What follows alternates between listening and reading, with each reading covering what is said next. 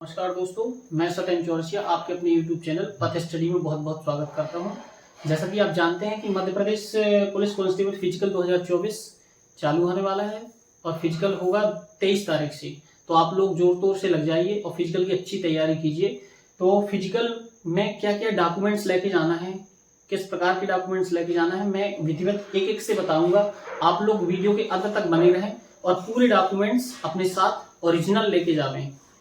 Photocopy तो लेके ही जाना है, लेकिन कुछ बच्चे क्या करते हैं, फोटोकॉपी बस ले जाते हैं, ओरिजिनल नहीं ले जाते। तो ओरिजिनल ही दस्तावेज लेके जाना है। विद 2 सेट फोटोकॉपी अलग से कर लें, आप 2-3 सेट अपने पास रखे रहें। तो मैं पहला बताऊंगा कि आपको जो है पहला पॉइंट है, पीईबी से जो एडमिट कार्ड निकलता है, जो वेबसाइट है ऑफिशियल वेबसाइट, इससे जाके अपना एडमिट कार्ड निकलवाएं। और पहले तो पीईबी से एडमिट कार्ड निकलवाने के बाद सबसे पहला पॉइंट है जो इसका आधार कार्ड। पहचान पत्र में पहचान पत्र में क्या क्या चीज आती है, पहचान पत्र में आती है आधार कार्ड, ठीक है, आधार, ड्राइविंग लाइसेंस, ठीक, ड्राइविंग लाइसेंस। तो और बहुत सी चीजें हैं, आधार कार्ड हो गया, ड्राइविंग लाइसेंस हो गया, पैन कार्ड हो गया, ठीक है। तो इसमें से जो मुख्य जरूरी है वो जरूरी है आधार कार्ड, ठीक है ना, आधार कार्ड जरूरी है। अगर ये है तो आप ये भी ले जाइए, पैन कार्ड है तो पैन कार्ड भी ले जाइए, लेकिन आधार कार्ड जरूरी है क्योंकि आधार से हर चीज लिंक है। तो आपको आधार कार्ड लेके जाना है, ठीक है ना, ओरिजिनल ही लेके जाना।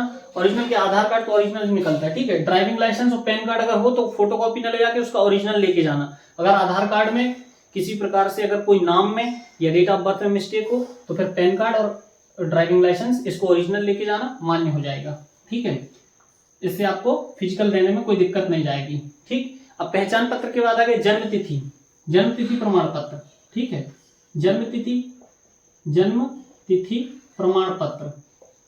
अब ये कहां से मिलेगा, तो ये प्रमाण पत्र, तो जन्म तिथि प्रमाण पत्र अधिकतर देखते हैं कि 10th में अपनी डेट ऑफ बर्थ रहती है, तो 10th क्लास की ओरिजिनल मार्कशीट, ये तो सब डॉक्यूमेंट्स में आएंगे, 10th 12th ग्रेजुएशन जो भी आप किए हैं। लेकिन जन्म तिथि में आप 10th की ले जाना और 12th में भी आने लगी है तो 12th की मार्कशीट ले जा सकते हैं। तो जन्म तिथि प्रमाण पत्र क्लियर हुई, पहचान पत्र, जन्म तिथि प्रमाण पत्र। अब आप अगर मान लो एजुकेशन कितना है आपका, मान लो आप 12th पढ़े हैं तो 12th तक की मार्कशीट, लेकिन आपने फाइनल किया है, फाइनल के बाद मास्टर डिग्री भी की है या पीएचडी भी की है, तो जितनी भी जो डिग्रियां हैं आप सब ले जाइए, कोई प्रॉब्लम नहीं। उससे फायदा ये होता है कि अगर मान लो आपके पास कंप्यूटर है, ठीक है ना, तो अभी हमारे यहाँ से पुलिस हेडक्वार्टर जो है मुख्यालय से एक मांग आई थी कि जिससे कंप्यूटर बनता हो वो पुलिस मुख्यालय आ जाए। अब मान लो किसी अदर जिले में आपकी पोस्टिंग है, आपने भोपाल के रहने वाले हैं, आप वहां पे दिए और भोपाल में आपके पीएचक्यू में ज्वाइनिंग मिल जाएगी। तो आप कंप्यूटर का प्रमाण पत्र अगर है तो आप बकायदा साथ में ले जाएं। इन फ्यूचर अगर आपकी पोस्टिंग भोपाल रहने वालों की कहीं और अदर हो जाती है तो इससे ये बेनिफिट रहेगा कि जब कभी बुलावा आएगा पीएचक्यू में कंप्यूटर ऑपरेटर की जरूरत होगी तो आप आ जाएंगे भोपाल में। अब इसके बाद अगला डॉक्यूमेंट्स होता है जाति प्रमाण पत्र, ठीक है ना। अब ये आ जाएगा जाति प्रमाण पत्र, कास्ट सर्टिफिकेट।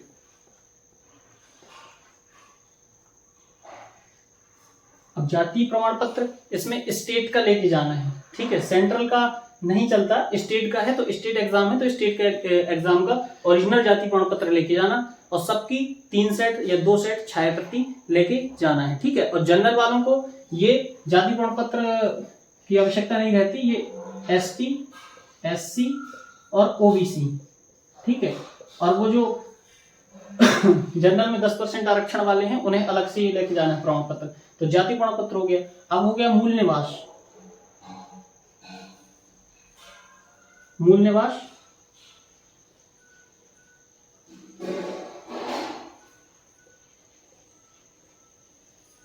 प्रमाण पत्र। अब मूल निवास जो तहसील से बनता है, एसडीएम कार्यालय से, तो मूल निवास प्रमाण पत्र जो है आप मूल निवास प्रमाण पत्र भी ओरिजिनल लेके जावे प्लस जेरोक्स अपने साथ लेके जावे, ठीक है। अब आ जाएगा ये जो मोस्ट आईएमपी है,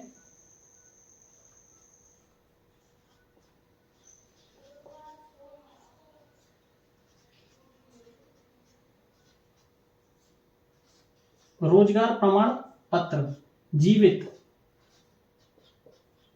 ये जीवित का जो है इसका शाब्दिक अर्थ ये है कि जो रोजगार प्रमाण पत्र होता है, रोजगार कार्यालय से बनता है जो, वो उसकी वैलिडिटी होती है 3 ईयर की। अब अगर मान लो 2 साल तो पेपर ही फिजिकल के टाइम तक को हो गया अभी, तो अगर मान लो आपका प्रमाण पत्र निकल गया है, डेट निकल गई है इसकी, तो जाके इसको अपडेट करा लें और अभी अपडेट कराएं, जिससे 2-3 दिन में अपडेट हो जाएगा या 7 दिन में अपडेट हो जाएगा। तो आपके फिजिकल के पहुंचने तक ये प्रमाण पत्र बहुत मोस्ट आईएमपी है, जरूरी है। अगर ये आपके पास नहीं है तो हो सकता है कि आपको देने ही ना मिले, फिजिकल ही देने ना मिले, या किसी प्रकार की कोई प्रॉब्लम हो जाए। क्योंकि मैं उतना अभी फिजिकल के विषय में तो नहीं बता सकता कि इसके रहने पे मिलेगा या नहीं, लेकिन ये बहुत मोस्ट आईएमपी प्रमाण पत्र है। रोजगार प्रमाण पत्र जीवित, जीवित का मतलब अगर आपका अपडेट नहीं है तो आप पहले जाकर के अपडेट कराएं और अपडेट करा करके उसको अपने पास रख लें। अब नेक्स्ट हो जाएगा आय प्रमाण पत्र।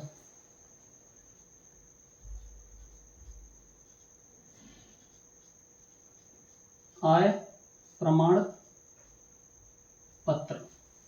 अब आय प्रमाण पत्र आपका तो लगेगा नहीं, आप तो रोजगार ढूंढ रहे हैं, तो आय प्रमाण पत्र अपने माता या पिता, माता पिता में से किसी का भी आय प्रमाण पत्र ओरिजिनल लेके जाना है, ठीक है ना। अलग से 2-2 सेट या 3-3 सेट जेरोक्स करवा के लेके जाना है, ठीक है। अब आ जाएगा फोटो।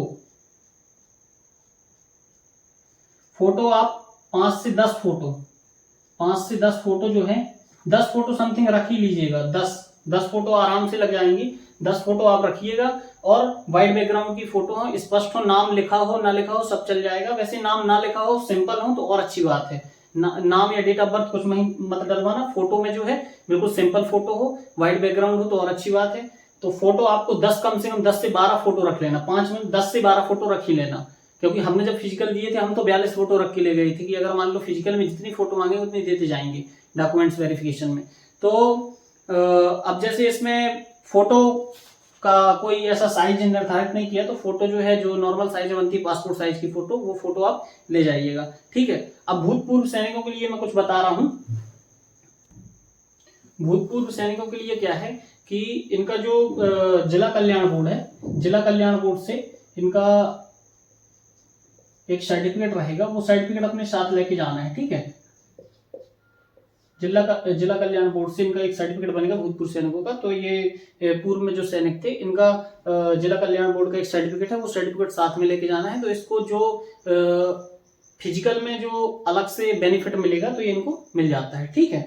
अब आ जाएगा पूर्व में कोई अगर शासकीय सेवक है किसी भी विभाग में, पूर्व में शासकीय सेवक है, ठीक है, शासकीय सेवक, इनके लिए क्या है, पूर्व में जो शासकीय सेवक है इनके लिए जो है जिस भी सेवा में आप हैं पूर्व में, उनका एक अनुभव सर्टिफिकेट। तो इसमें पहला आ जाएगा आपका अनुभव सर्टिफिकेट, अनुभव प्रमाण पत्र,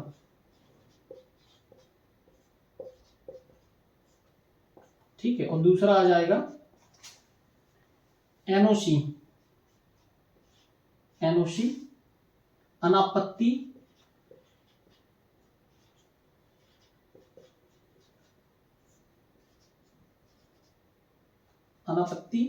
पत्र होता है, प्रमाण पत्र है, पत्र, ठीक है, कि हमारे विभाग को किसी प्रकार की कोई आपत्ति नहीं है कि आप उस विभाग में परीक्षा दे रहे हैं और आप ज्वाइन कर सकते हैं। इससे बेनिफिट ये रहता है कि इसका अगर मान लो आपने अपने विभाग से एनओसी ली है, तो अगर ज्वाइनिंग के बाद शायद, जैसे मैं जानता हूं, तो अगर ज्वाइनिंग के बाद किसी प्रकार से कोई भर्ती में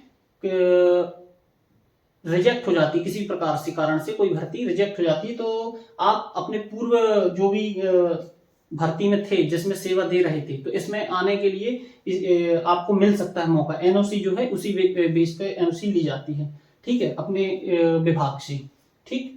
तो ये हो गया। अब इसके बाद जो है अगर किसी के पास विक्रम पुरस्कार,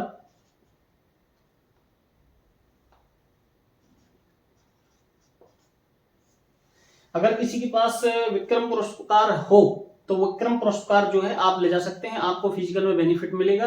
तो विक्रम पुरस्कार जिसके पास हो तो वो ले जाए, जिसके पास नहीं है वो ऐसे ही चलेगा, कोई दिक्कत नहीं है। अब अगर मान लो कोई व्यक्ति, पुरुष या महिला, शादी की है अंतर जाति विवाह में, ठीक है, अंतर जाति विवाह।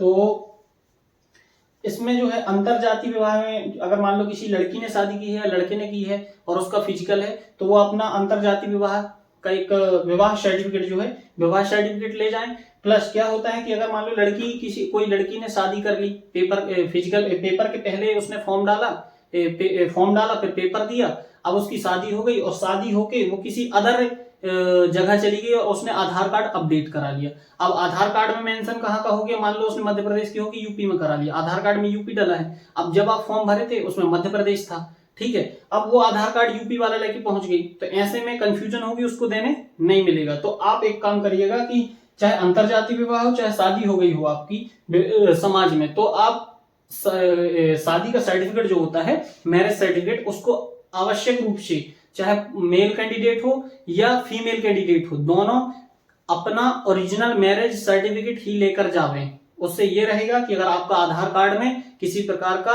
कोई चेंज हो गया है एड्रेस वगैरह, तो वो वहां पे जो मैरिज सर्टिफिकेट है उसके आधार पर आपको फिजिकल देने मिल जाएगा।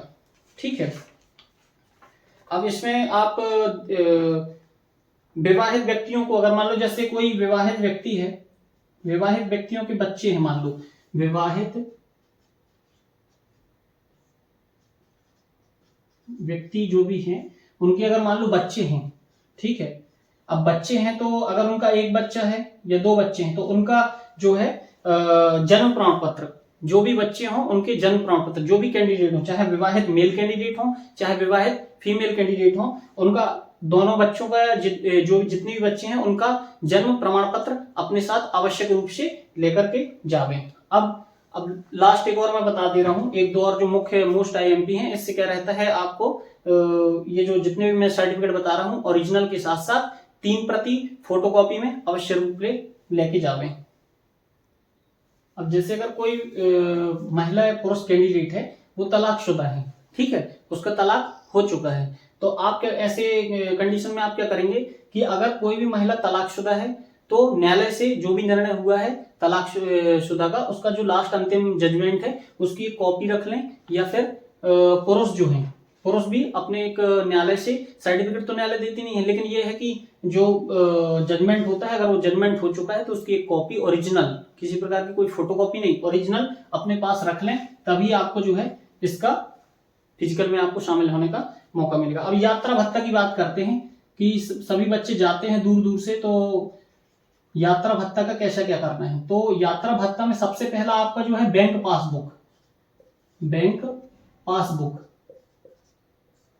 बैंक पासबुक जो है आपको ओरिजिनल लेके जाना है, कि छाया प्रति भी रख लेना, छाया प्रति तो जमा हो जाएगी लेकिन छाया प्रति नहीं, वो ओरिजिनल पासबुक अपने साथ लेके ही जावे, ठीक है ना, बैंक पासबुक और आधार कार्ड। इसमें तो आपके पूरे सर्टिफिकेट रहेंगे, एक फाइल में पूरा जितने भी आपके प्रमाण पत्र हैं सब रख लेना। और जो यात्रा भत्ता अगर आपको लेना है, यात्रा भत्ता में जो है, यात्रा भत्ता में कौन कौन से लोग हैं, ओबीसी गवर्नमेंट जिनको देती है, एससी और एसटी, इनको जो है मिलता है। तो आप यात्रा भत्ता के लिए बैंक पासबुक ओरिजिनल लेके जावे, जाति प्रमाण पत्र तो होगा ही, आप लगा दीजिएगा, आपको 100% यात्रा भत्ता मिलता है, क्योंकि हम लोगों को उस टाइम पे जब हम लोग गए थे, हम लोग लगाए थे तो हम लोगों को मिला था, ठीक है। अब लास्ट एक मैं फिर से बता दे रहा हूं, अगर आपके पास कंप्यूटर शिक्षा से संबंधित डीसीए, पीजीडीसीए,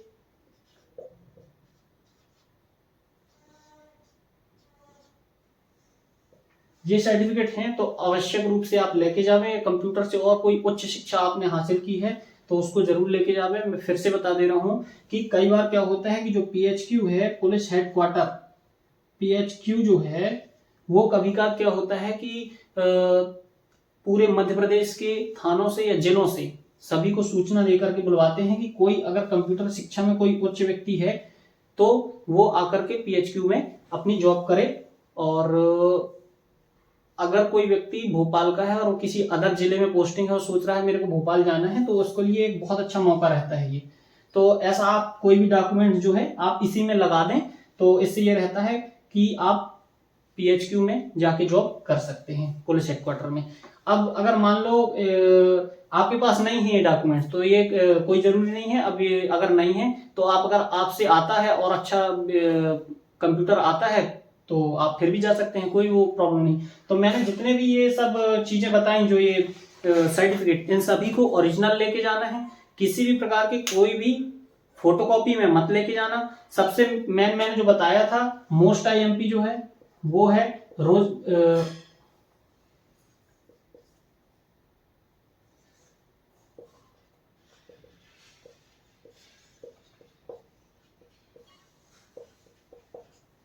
रोजगार प्रमाण पत्र।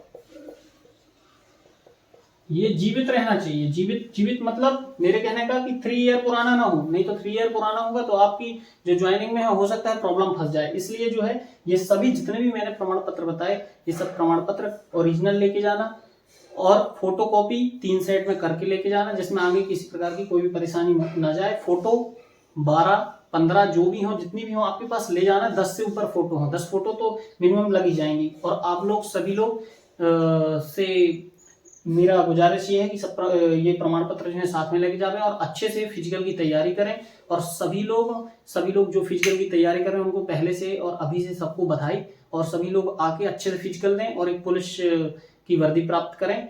और ये जितने भी प्रमाण पत्र मैंने बताए हैं ये लेके जावें। और इसमें किसी प्रकार की ये देखना कि जैसे मैंने पासबुक बताई है, ये ओरिजिनल ही लेके जाना अगर यात्रा भत्ता पाना है तो। और अगर मेरा वीडियो अच्छा लगा हो तो प्लीज लाइक शेयर सब्सक्राइब जरूर कीजिएगा। जय हिंद, जय भारत।